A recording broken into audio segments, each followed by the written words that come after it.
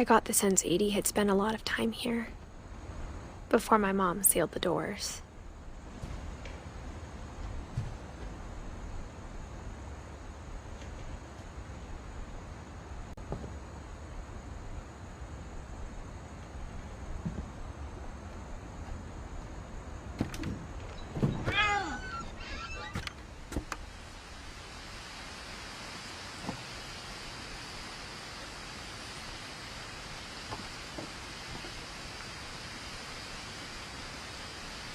This will be obvious later, but my mom never told me any of these stories. Edie would have, but Mom didn't like bringing up the past. Though, when we adopted a stray kitten, she was the one who named it Molly.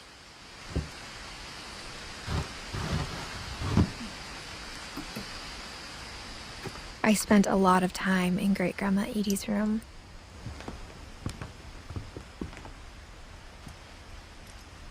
We got along, and it was a good place to hide from my mom. When Edie told people Sven was killed by a dragon, she could also have said he was building a dragon-shaped slide that collapsed. She could have, but she didn't.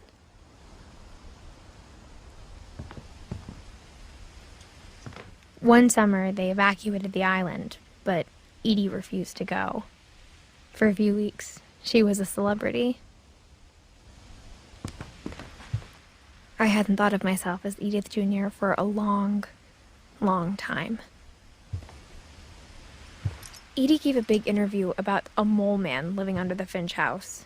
My mom was furious.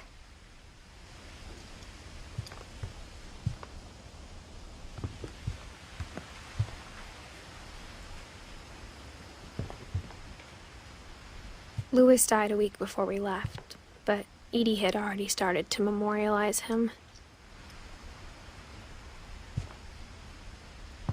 Her room was like a museum.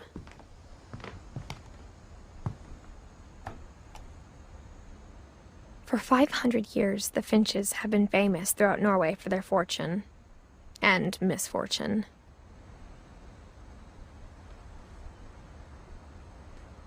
Odin Finch buries the latest victims of the family curse, his wife Ingeborg and their newborn son, Johan.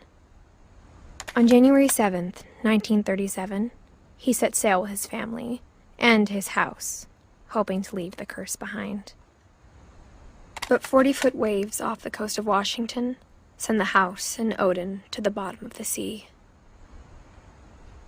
Odin's daughter Edie, with husband Sven and baby Molly, step ashore on their new home, Orcas Island. Odin Finch is the first to be buried in the new family cemetery. His daughter Edie is already dreaming of a new Finch house.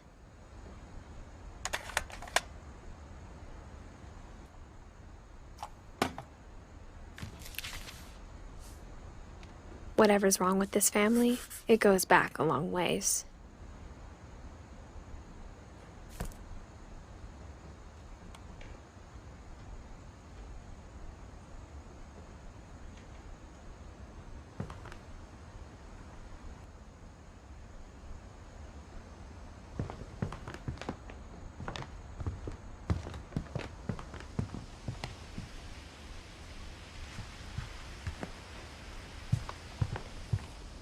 Even in her 90s, sometimes Edie seemed a lot younger than my mother.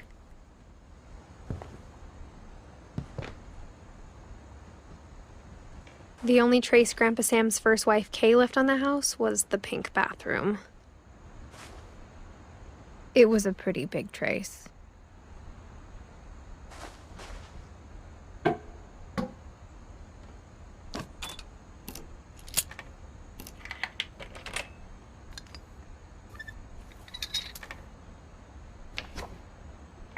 There's a secret in this bathroom.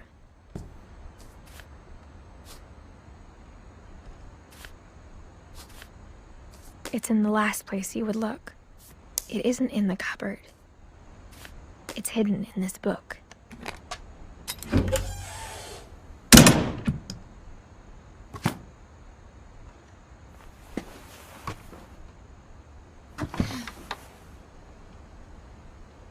Sven gave Sam an old camera he'd refurbished. he never put it down.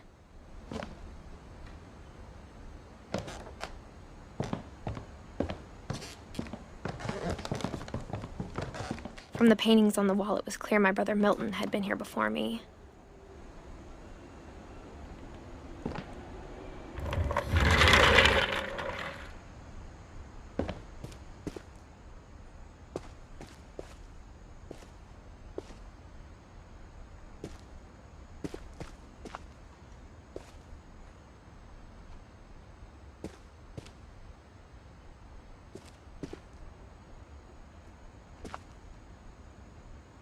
I knew Grandpa Sam had a twin, and that he never talked about him.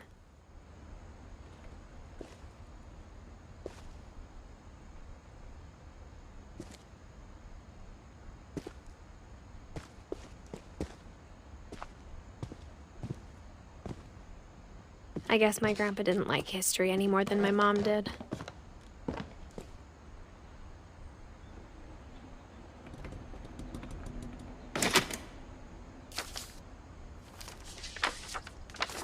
How I Want to Remember My Brother by Sam Finch. The thing I remember is that when he made up his mind, that was it.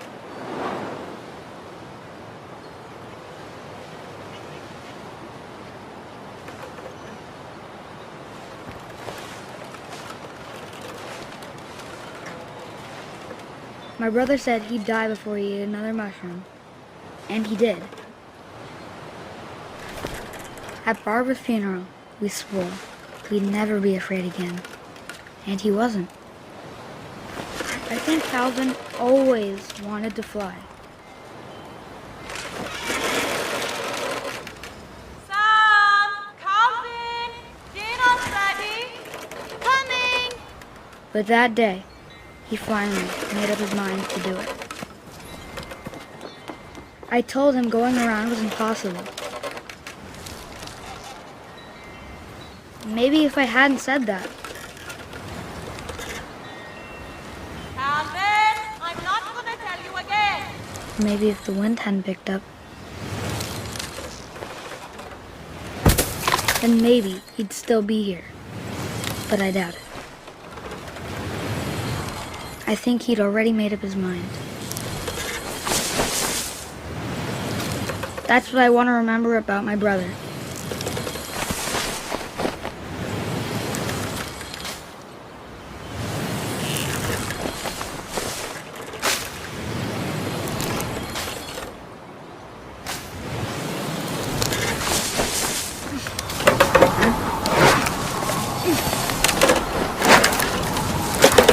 The day he made up his mind to fly. And he did.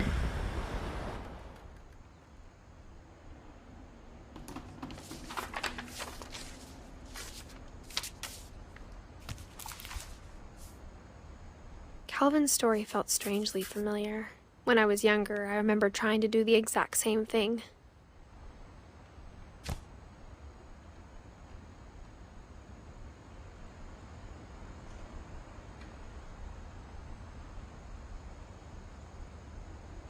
After the funeral, Edie roped off Calvin's half of the room.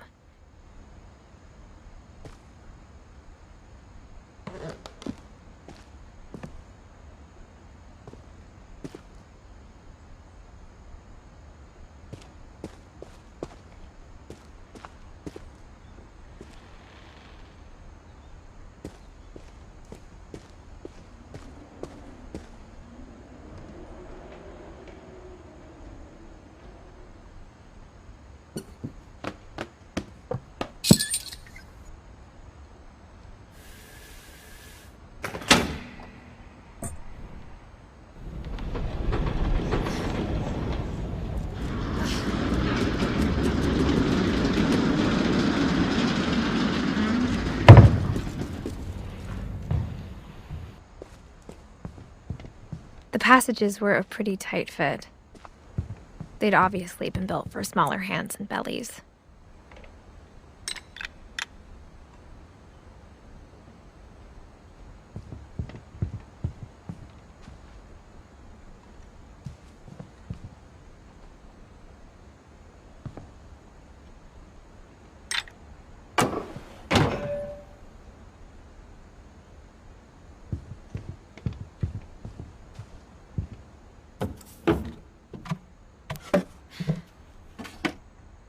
Growing up, I always thought of Barbara as a child star.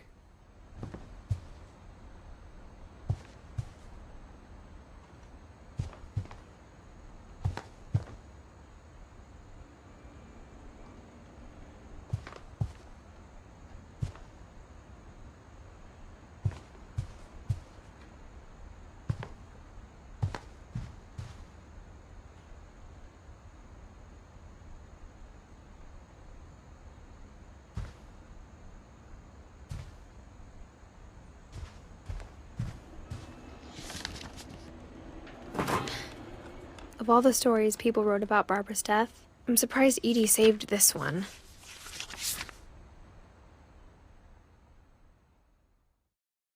Old Jack here with another ghastly tale inspired by America's most unfortunate family. I'm calling it The Surprise Ending of Barbara Finch. As a child star, Barbara was famous for her scream. Now at 16, she was all washed up. A has-been. But in a lucky break, she'd been asked to perform her signature scream at a local convention for monster movie fans. It was just the boost her career needed. Unfortunately, her scream hadn't aged well. Getting better. I think you just need the right motivation. Her biggest fan and current boyfriend, Rick, was about to demonstrate when... Now that was a great scream. It was Barbara's father, Sven. He'd slipped into a table saw and had to be rushed to the emergency room. So Barbara got stuck babysitting her youngest brother, Walter. Her convention comeback was cancelled. Okay, I'm hearing frustration, but I'm not hearing terror. What if I tried... A gang of hoodlums in Halloween masks have been terrorizing Orcas Island tonight. Police are urging residents to... That came from the basement. You're right! Also, I loved your delivery on that. Why is your basement door locked? Because my dad likes making puzzles and secret passages. There's a key hidden in the music box. The secret is to keep winding and winding until finally the key pops out. Thanks, babe. I'll be back in a sec. 20 minutes later, Rick hadn't returned. So Barbara went to look for him, right on cue. She reached for the music box. And as she wound the key, she listened for Rick, but the house was silent.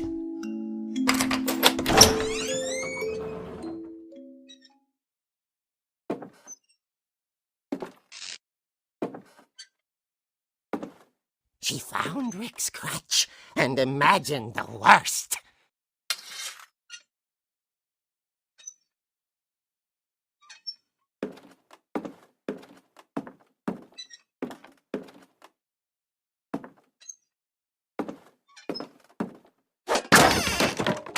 The gang's leader is the infamous Hookman killer, Dr. Carl Hamill, who impaled and then ate his family 10 years ago tonight.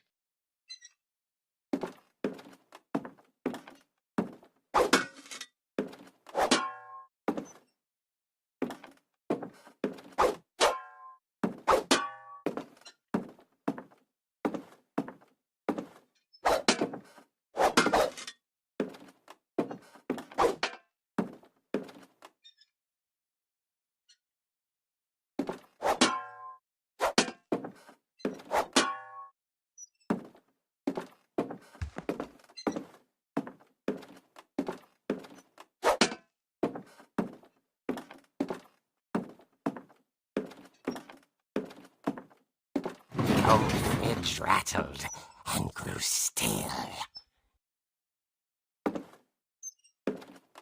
Oh dear!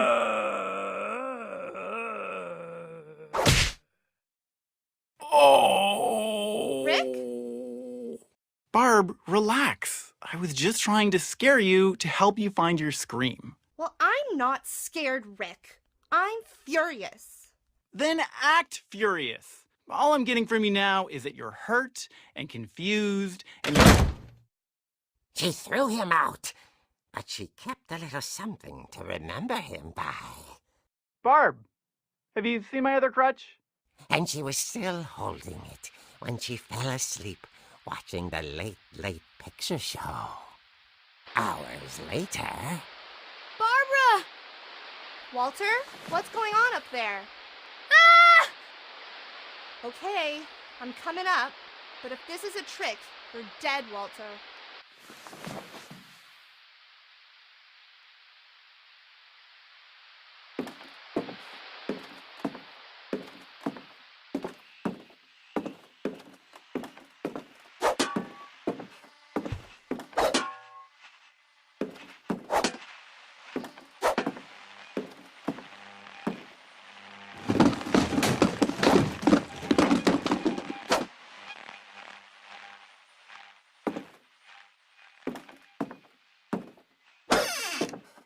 Walter, are you there?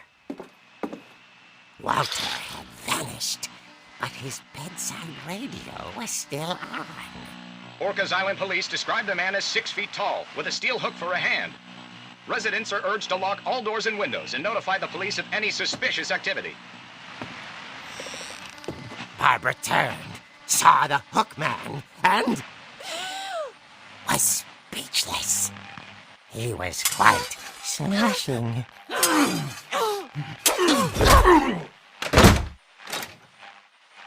And he was. He couldn't get enough of Barbara. Okay, Barbara, there's gotta be another way out of here.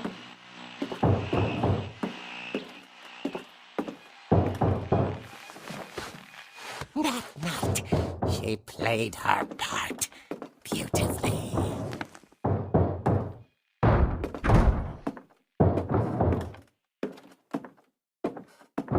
She thought about abandoning Walter, but just couldn't do it.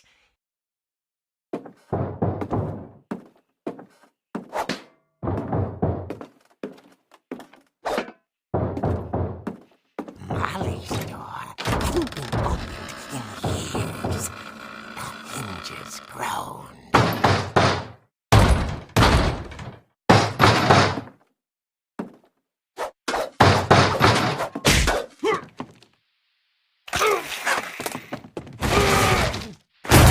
He wasn't moving, but she sensed the story might not be over yet.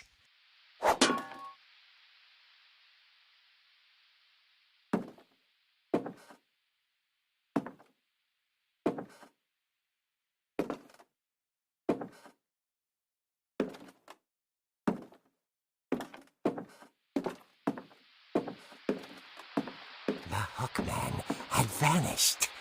She listened for his breathing, but all she heard was...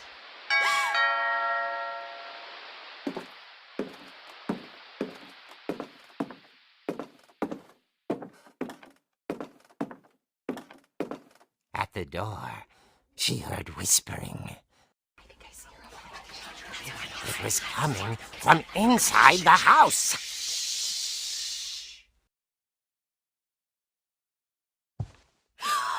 Oh dear. The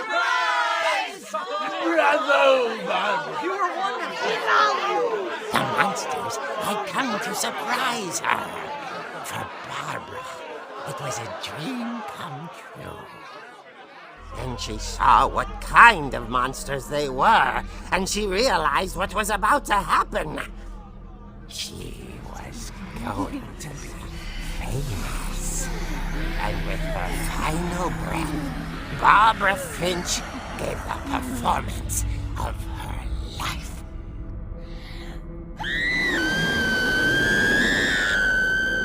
I wasn't there myself, but I hear Barbara was magnificent. Poor girl. She had a taste for stardom. But unfortunately, so did her fans. Of course, the police blamed it all on poor Rick, who disappeared the same night. And little Walter, hiding under his bed the whole time. He took it all pretty hard, but that's another story. As for Barbara, tucked inside the music box is all they ever found of her. Her ear. Now that's what I call a real eerie tale.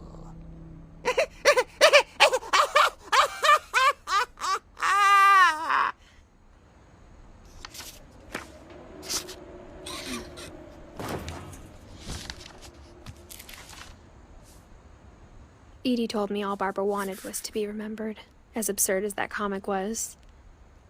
Maybe what Edie saw was a happy ending.